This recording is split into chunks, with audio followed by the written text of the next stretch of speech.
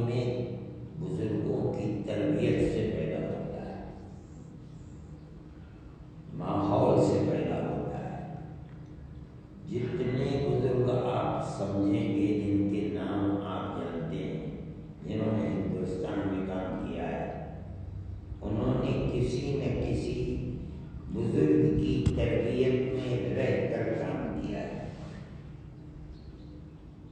رہ کر کے اللہ نے ان کی زندگی کو بنا دیا۔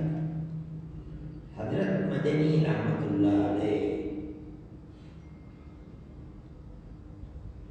حضرت شیخ الہند رحمت اللہ علیہ کے گھر میں رہے ہیں۔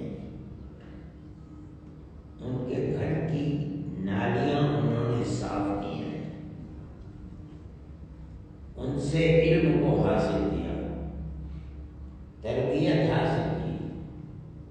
پھر جب طائف سے ان کو گرفتار کیا گیا، حضرت مدنی کا وارنٹ نہیں تھا، حضرت مدنی نے کہا کہ اصل مجرم تو میں۔ ترکی کے جو بڑے بڑے لوگ تھے، حضرت کیا چاہتے ہیں وہ تو میں نے عربی زبان میں پیش کیا تھا، اس لیے اصل مجرم میں ہوں، مجھے چھوڑ کر حضرت کو لے جا رہے ہو، مجھے پکڑنا چاہیے۔ اتنا پیش کیا صرف حضرت شیخ الہند رحمۃ اللہ علیہ کی خدمت کے لیے۔ 3.25 سال مالٹا کی جیل میں ان کی خدمت کی، اور ایسی خدمت کی کہ میں نے ان کی بیٹی سے خوب سنا ہے، حضرت شیخ الہند کی،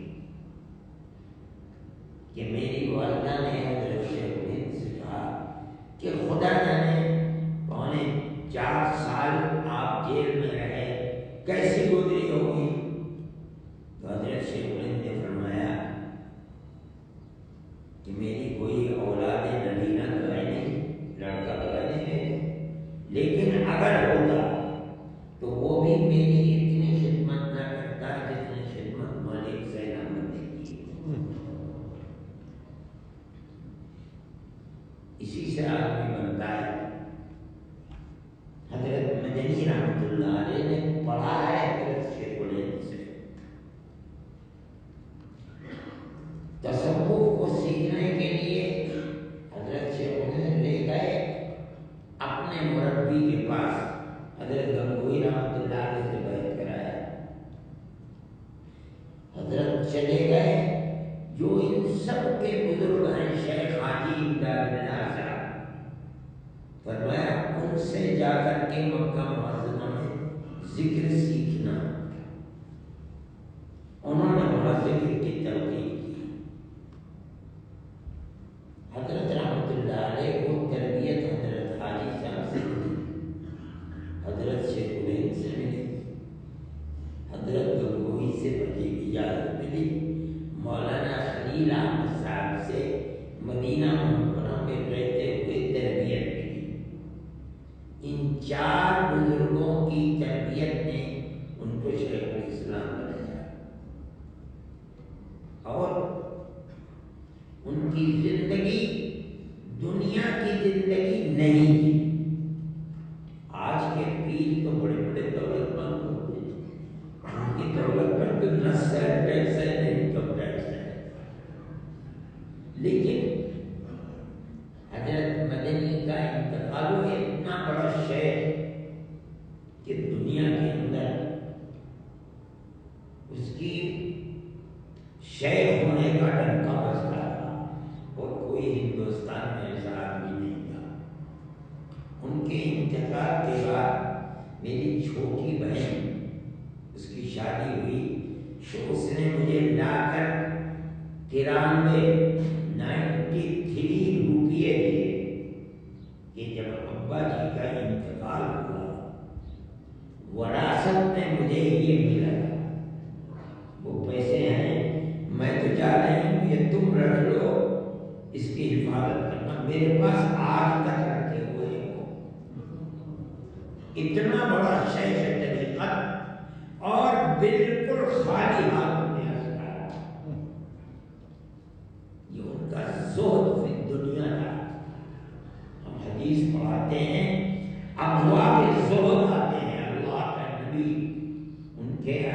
افسانہ ازواج مطہرہ کا زہد کیسا تھا، ہمیں شرم آتی ہے، اللہ جانتا ہے ہمارا کیا زہد ہے۔ ہم تو دنیا کے اندر رہتے جیسے دنیا کے لوگ رہتے ہیں۔ میری والدہ کہا کرتی تھی تو میں کبھی کبھی کہتی تھی مجھے پیسے کی ضرورت ہے، دیجیے پیسے،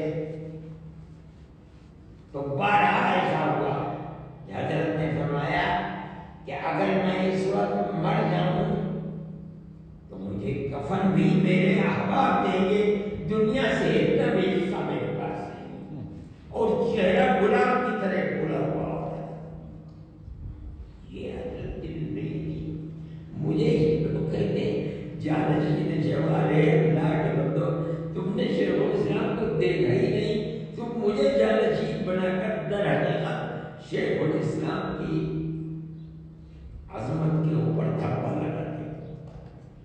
آدمی ہم نے حضرت کے بعد کسی کو نہیں دیکھا، اللہ جانتا ہے، خدا گواہ ہے، ہم کہتے ہیں ہم نے کسی آدمی کو نہیں دیکھا جو اس طرح زاہد فی الدنیا ہو، شیخ طریقت ہو، اور ایسا علم اس کے اور سخاوت، اللہ حضرت کا دسترخوان، مگر میں نے کبھی حضرت کے دسترخوان پر اپنی زندگی میں مرغ نہیں دیکھا، ایک سالن اور دال، خود بھی وہی کھاتے تھے، گھر کے لوگ بھی وہی، اور بڑے سے بڑا آدمی آ جائے چھوٹے سے چھوٹا وہی بنتا تھا، اس کے لیے وہ تھا ہی نہیں، ہر مہینے مقروض رہتے تھے۔ یہ حضرت نہیں تھی، لیکن دین کے کام کے لیے یہ طے ہو گیا کہ تقسیم ملک ہو گیا، مسلمان بھاگ گیا ہندوستان سے، دلی خالی ہو گیا، پنجاب خالی ہو گیا، یو پی کے اندر سے مسلمان بے شمار چلا گیا۔ اب جو مسلمان ہے اس کے دین کی حفاظت کیسے ہوگی؟ حضرت رحمت اللہ علیہ نے اپنے سر کے اوپر کیا، سن 47 میں ملک آزاد ہوا، سن 57 میں 57 میں حضرت دنیا سے چلے گئے، لیکن جہاں گئے مدرسہ قائم، جہاں پہنچے مدرسہ قائم تھے، ہزاروں مدرسے اس 10 سال کے اندر حضرت نے قائم کر دیا۔ یہ ان لوگوں کی زندگی تھی۔ میں اسی کو دیکھ کر آپ سے یہ بات کہتا ہوں کہ اگر وہ تو چلے گئے چلے جاتے، اور اب ہم لوگ ہیں، ہمارے اندر کوئی طاقت بھی نہیں، ملک کے حالات ایسے ہیں، اب ہمارے اندر یہ طاقت بھی نہیں کہ ہم بار بار ہوئے مائیں گے۔ لیکن میں یہ بات کہتا ہوں کہ اپنے اکابر کے سامنے کل قیامت کے دن اگر سرخروئی حاصل کرنا چاہتے ہو تو اس ملک کے اندر مدرسوں کے نظام کو اس طرح قائم کرو، جو مدرسے یہاں چل رہے ہیں وہ تو چل ہی رہے ہیں، آپ ہی کے بچے ہیں، آپ ہی کے مدرسے آپ پڑھا رہے ہیں، وہ مدرسے قائم کرو جن میں 400-500 1,000 وہ بچے ہوں جن کے اسلام سے آپ کو آپ کی آنے والی نسلوں کو قوت ملے گی۔ میری اس بات کو ہو سکتا ہے سمجھ میں نہ آئے، لیکن جن کی سمجھ میں آتی ہے ان علماء کو آگے بڑھنا چاہیے، اور جو کام کر رہے ہیں ان کے ہاتھ کو مضبوط کرنا چاہیے، ان کی تعداد کو بڑھائیے۔ میں ابھی نہیں کہتا ہوں، اگر اللہ تعالیٰ آپ کو قوت عطا فرما دے تو کل کو ضروری ہوگا کہ آپ لڑکیوں کے الگ مدرسے، لڑکوں کے لیے الگ مدرسے بنائیں، یہ ضروری ہوگا، ورنہ مستقبل آپ کا خطرے میں ہو جائے۔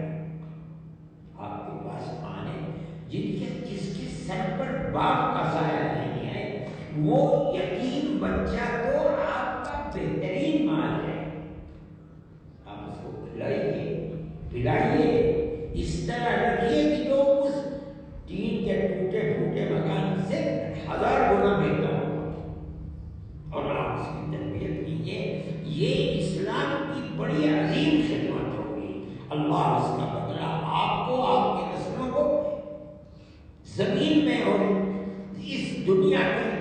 دے گا اور کل قیامت کے دن بھی آپ کو اس کا خطرہ رہے گا. آپ کو اس کی کوشش کرنی چاہیے. ہمارے بزرگوں کے طریقہ کار یہی تھا جو اپنے ان کو دیکھا ہے. میں اور کیا کہوں گا، بہت لمبی بات ہے. حضرت کی زندگی کو کہاں تک سمجھا جائے گا. اللہ اپنے فضل و کرم سے نوازے اور اللہ ان کے مرتبے کو بھی بلند فرمائے. میں ایک بات کہتا ہوں، حضرت رحمۃ اللہ علیہ کے تو گھر والے، ان کے والد جو تھے ان کو مالٹا پکڑ کر کے لے گئے. ان کے والد اور بڑے بھائی کو وہاں کی ٹرکی حکومت نے پکڑ کر ٹرکی بھیج دیا. میرے جو دادا ہیں ان کا انتقال مدینہ منورہ میں نہیں ہوا، حالانکہ وہ ایک حج کرنے کے بعد کبھی حج کے لیے نہیں گئے، مدینہ منورہ میں رہے اس خطرے سے کہیں میری موت مدینہ منورہ سے باہر نہ آ جائے. لیکن پکڑ کے لے گئے اور وہاں ایک شہر ہے اگرنا میں گیا، وہاں ان کی خبر کی تلاش میں، مگر مجھے بھی نہیں تھا. ان کی موت وہی ہوئی. اس کے بعد پھر بھائی وغیرہ وہاں گورنمنٹ نے ان کو زمین دی تھی کہ یہاں رہو. ان کو وظیفہ دیا جاتا تھا اس زمین کے اندر کھیتی باڑی کرو. جب ان کا انتقال ہو گیا اور وہ جو حرب عالمی جنگ تھی پہلی وہ ختم ہوئی، یہ سب کچھ چھوڑ چھاڑ کر کے سب کے سب واپس آ گئے پھر مدینہ منورہ. یہاں حضرت جیل میں تھے مالٹا کی، ان کے والد کا انتقال ہوا، بڑے بھائی کا انتقال ہوا، ان کی بیوی کا انتقال ہوا، ان کی بہن کا انتقال. یہ سوچا تھا کہ مالٹا سے آنے کے بعد میں حضرت شیخ الہند رحمۃ اللہ علیہ سے اجازت لے کر کے اور میں مدینہ منورہ سے آیا ہوں، مگر حضرت نے اجازت نہیں دی. کچھ ہی دنوں کے بعد حضرت شیخ الہند رحمۃ اللہ علیہ کا انتقال ہو گیا. انتقال ہوا تو کہا کہ میں نے یہ سوچ لیا کہ جو پروگرام تھا انگریز کی مخالفت کا، اب میں حضرت کے اس پروگرام کو یہیں رہ کر دوں. چنانچہ حضرت کے پروگرام رہ گئے یہاں تک کہ ملک آزاد ہو گیا. مگر مسلمان سے کہتے تھے کہ انگریز کی مخالفت کرو، مسلمان سے کہتے تھے کہ انگریز کی غلامی حرام ہے، اور مسلمان بے یار و مددگار بن گیا. بڑی تعداد تو پاکستان چلے گئی. یہاں کے مسلمان کو کیا کہیں گے؟ اس کو تو روکا تھا کہ جو اللہ وہاں ہے وہی اللہ یہاں بھی تمہاری حفاظت کرنے والا ہے، رکو. یہیں رک گئے. میں نے یہ دیکھا ہے کہ ان کے بھائی نے ان کو بلایا اور کہا کہ ہمارے والد مدینے کے لیے آئے تھے ہندوستان چھوڑ کر کے، اب آپ بیمار ہیں اس لیے آپ آ جائیے یہاں. میں اپنے بیٹے کو ہوائی جہاز لے کر بھیجتا ہوں. وہ بڑے دولت مند آدمی تھے، آپ سب پورے خاندان کو لے کر کے آئیے. حضرت نے لکھ دیا کہ ہم یہاں حضرت محمد صلی اللہ علیہ وسلم کی امت کی جو خدمت کر رہے ہیں مدینہ منورہ میں جا کر نہیں کر پائیں گے.